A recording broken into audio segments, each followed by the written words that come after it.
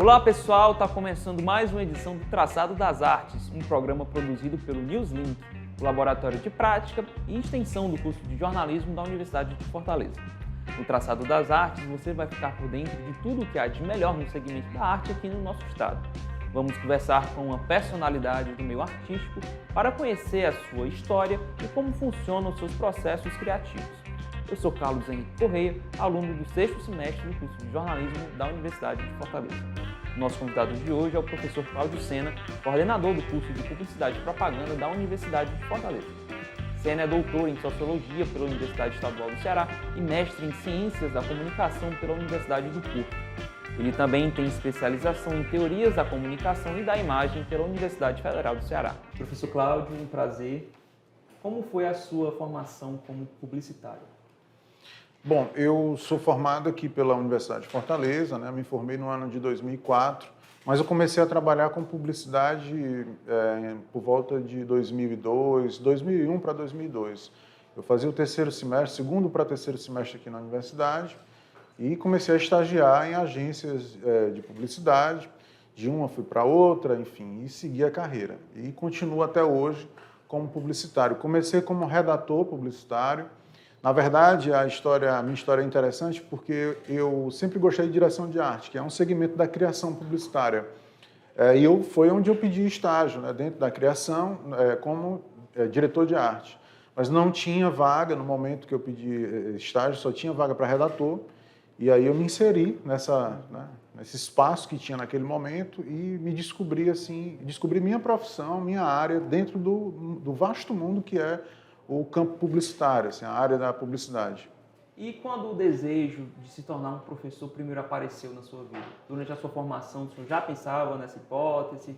Ou foi uma coisa que ocorreu depois da sua graduação? Bom, eu, na verdade, nunca pensei em ser professor, né? Foi puramente uma consequência, eu diria, dessa vida paralela, porque enquanto eu trabalhei muito tempo em agência, né, eu também continuei os estudos, né? Eu fui fazer especialização, depois um mestrado, depois um doutorado, e essa vida paralela meio que me puxou, né? Então, o que não passava pela minha cabeça, dar aula, ensinar, enfim, e hoje coordenar, né, como coordenador do curso de publicidade, essa área foi me absorvendo com o tempo e eu fui me encantando, né, me tornando, com o tempo, acho que mais professor do que um publicitário de agência, né? Foi mais assim, quando eu acabei o mestrado, eu estava bem dividido. Eu passava um tempo em agência e um tempo em universidades, dando aula em faculdades. E aí eu decidi dar essa guinada e me dedicar mais a ensinar, enfim, a um campo da universidade e a área do ensino-aprendizagem, enfim. Professor, o senhor citou o fato do senhor ter se tornado coordenador do curso de publicidade. Como foi para o senhor, como tem sido fazer essa relação entre ser coordenador e professor? O que mudou na sua vida e como tem sido esses últimos meses? Olha, é uma nova experiência, mas ao mesmo tempo não é nada que se apresenta assim extremamente novo, né? Eu sempre fiz parte do NDE, né, que é o núcleo docente estruturante, que pensa o curso, né, que propõe ações novas, que planeja, que executa. Então, para mim, não foi assim algo novo que se apresentava na minha vida, não. Já foi quase como uma consequência. Eu fui assessor de coordenação durante muito tempo, depois eu fui diretor da agência experimental, a 365 Lab, que fica aqui do lado, né? Então, tudo isso me deu uma certa bagagem. Eu também já estou na instituição há um certo tempo, conheço as pessoas, né, o sistema, enfim. Então, eu me senti tranquilo ao assumir esse cargo, mas é claro, tem as suas novidades, né? Eu nunca fui coordenador. E eu posso te dizer até agora, após 4, 5 meses, que estou gostando muito da experiência, né? E assim, consigo ver um bom tempo, me ver um bom tempo ainda como coordenador daqui, do curso de publicidade, porque estou feliz e estou conseguindo fazer o meu trabalho da melhor maneira possível. Legal. Professor, voltando um pouco, o senhor citou que trabalhou durante muito tempo em agências de publicidade. E o senhor também trabalhou realizando campanhas políticas. Então, como foi essa experiência de trabalhar com jornalistas e como isso moldou a sua vida profissional. Certo. Eu sou um defensor, na verdade, existem pessoas que não têm a mesma opinião que eu, e eu respeito, mas eu sou um defensor de que jornalistas e publicitários, eles andam muito próximos, né? São todos comunicadores ou comunicólogos. E em alguns momentos, quando você está trabalhando, sobretudo com clientes privados, empresas, órgãos públicos ou em campanhas políticas, essa aproximação ela se dá de uma maneira mais evidente. Assim. A gente consegue observar isso no dia a dia. Em outras palavras, por exemplo, compondo aí campanhas eleitorais, né, equipes de campanhas políticas, ou mesmo em agências, eu trabalhava diretamente com jornalistas, que faziam um tipo de trabalho que às vezes o publicitário não está tão apto. Então a troca, por exemplo, fazer cobertura de visita de um político, ou então jornais corporativos, matérias, coisas desse tipo, que é um conteúdo, assim, digamos, bem comum para um jornalista e não tanto para um publicitário. Então, é nesse momento que ocorre uma troca muito comum, assim, muito natural, diria, entre os dois profissionais. Não como uma competição, mas como um movimento de complementaridade entre as duas funções, do jornalista e do publicitário. Então, eu sou um apoiador dessa interseção, né, desse cruzamento de competências, que eu enxergo mais como uma soma do publicitário com o jornalista. Legal. Então, gente, a gente vai para um rápido intervalo e volta daqui a pouco.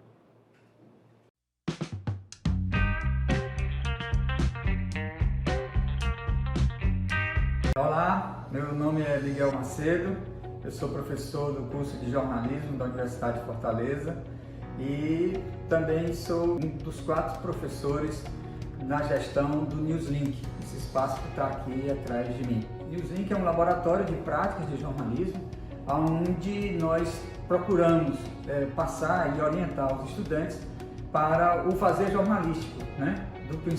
Desde o princípio da ética jornalística aos princípios elementares do jornalismo.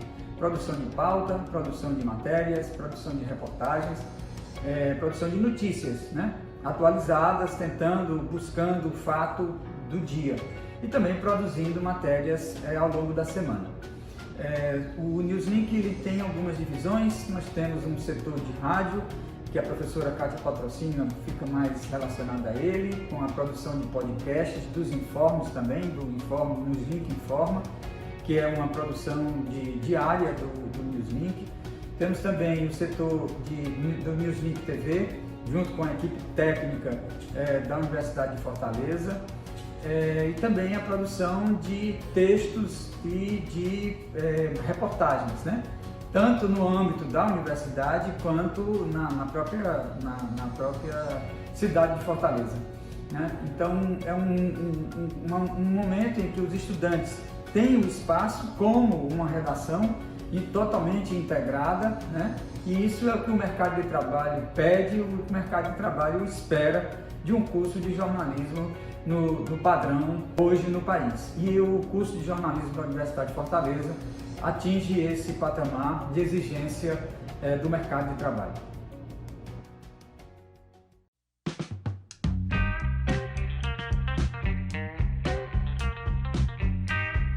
Estamos de volta com o professor Cláudio Sena para falar um pouco mais sobre a sua vida acadêmica e a sua vida como escritor.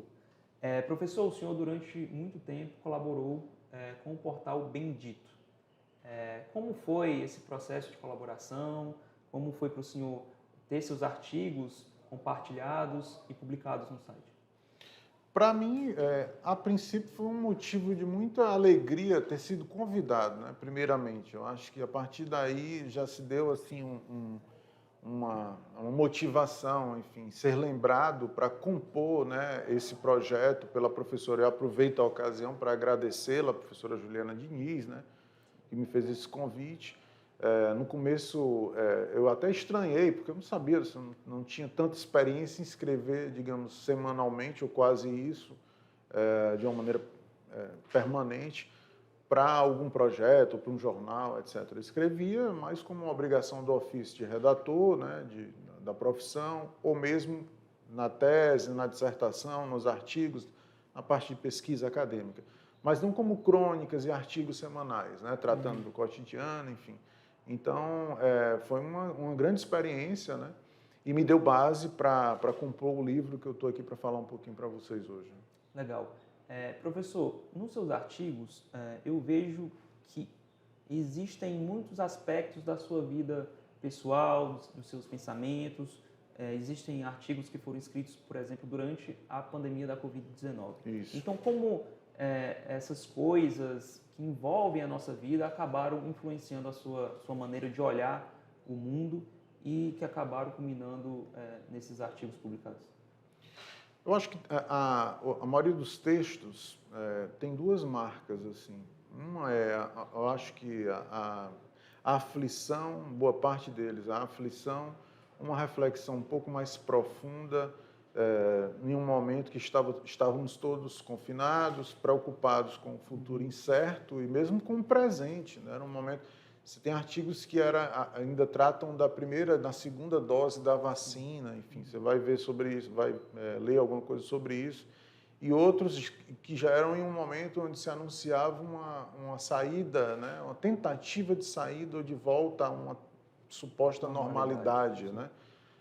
Então, há essa marca da aflição, um pouco da emoção mais à flor da pele, que todos nós estávamos há até poucos meses, né? Posso dizer assim. E há uma outra marca também, assim, eu vinha com a cabeça, nessa época, ainda muito fresca, muito recheada de muitos textos acadêmicos. Eu estava na reta final do doutorado, durante também quase a defesa da tese, enfim. Então, muitas leituras, muitos autores, muitos textos ainda estavam muito vivos na minha cabeça, né? Textos de ordem mais da sociologia, da antropologia, né? Já que o meu doutorado é nesse campo. Então, é possível notar esse cruzamento, assim, essa marca, né? Essa influência dessas duas partes, tanto da Covid, das emoções, da análise mais aprofundada, quanto de uma base teórica, eu diria até científica em determinados momentos, mas também opinativa na maioria dos textos. E esses artigos acabaram compondo o seu livro, A Segunda Camada. Isso. Como foi para o senhor, a nível pessoal, ter participado, enfim, de ter lançado um livro? Conta pra gente como foi essa experiência. Bom, eu coloquei nos textos bastante emoção, eu gostei do resultado da maioria dos textos, outros não, que é natural, quando se escreve em longo prazo, assim, de maneira permanente, é natural que você goste mais de uns conteúdos, de um conteúdo e menos de outro, é natural isso. Então, eu fiz uma seleção, né? Por isso que o nome do texto, o subtítulo é Seleção de Textos Publicados no BNT, tirei alguns que não me agradavam tanto, né, ou que estavam muito ancorados em determinadas situações ou em determinado tempo, e fiz essa seleção dos textos que mais eu achei interessante, que mais me agradaram. E foi uma super experiência, eu quis colocar, eu senti a necessidade de tirar isso do virtual e colocar em um material físico, no papel, que é mais ou menos um movimento quase que contrário, né? Muita gente às vezes começa no papel e depois passa para o digital. Enfim. Exato. Então pensei, bom, acho que vou fazer um caminho contrário aqui. E aí consegui materializar isso, né? Colocar em um livrinho que me agrada muito, me agradou muito o projeto final dele também, assim. A capa é um quadro que eu admiro muito, do Diego Velázquez, um pintor, se chama Las Meninas, né? E eu pedi autorização para usar essa pintura, essa obra, ao Museu do Prado, em Madrid, né? Porque eu não queria usar assim sem pedir autorização, apesar dela já ter muito tempo de existência, enfim. E aí eu recebi a grata surpresa de que eles me autorizaram, quiseram conhecer o projeto, eu falei, enfim, e me autorizaram a utilizar, e está aqui, e que reflete um bocado do tema central, né, a segunda camada. Esse quadro, ele esconde, ele tem nele muitos enigmas e uma simbologia e alguns mistérios, né? Quem quiser se aprofundar um pouco mais e ler sobre ele, sobre esse quadro, Las Meninas, acho que é bem interessante. Assim. E ele tem um porquê de estar aqui, fica aí para vocês, isso para vocês desvendarem a partir de uma pesquisa ou até mesmo a partir da leitura dos textos que estão aqui. Tá certo. E, professor, para finalizar, o senhor pensa em escrever um novo livro? Esse livro abriu portas para o seu futuro como escritor? Você me apresentou como escritor, não sei se eu chego a tanto. Assim.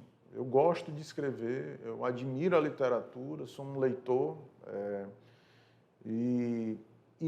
Eu diria que um escritor, eu não sei, mas eu faço da escrita um prazer genuíno, um exercício intelectual, acho que antes de tudo, e eu me vejo sempre escrevendo. Né? Assim, quando tenho tempo, inspiração para isso, eu faço sem muito sacrifício e assim, me dá um prazer muito grande. Hoje eu meio que dependo um pouco da escrita, de me expressar pelos textos. Então, antes da segunda camada, eu cheguei a lançar um livrinho de frases e poemas, que chama Agora Voa, e antes também já tinha publicado uma crônica que foi selecionada pelo Clube de Autores para ser publicado em um livrinho chamado Crônicas na Quarentena.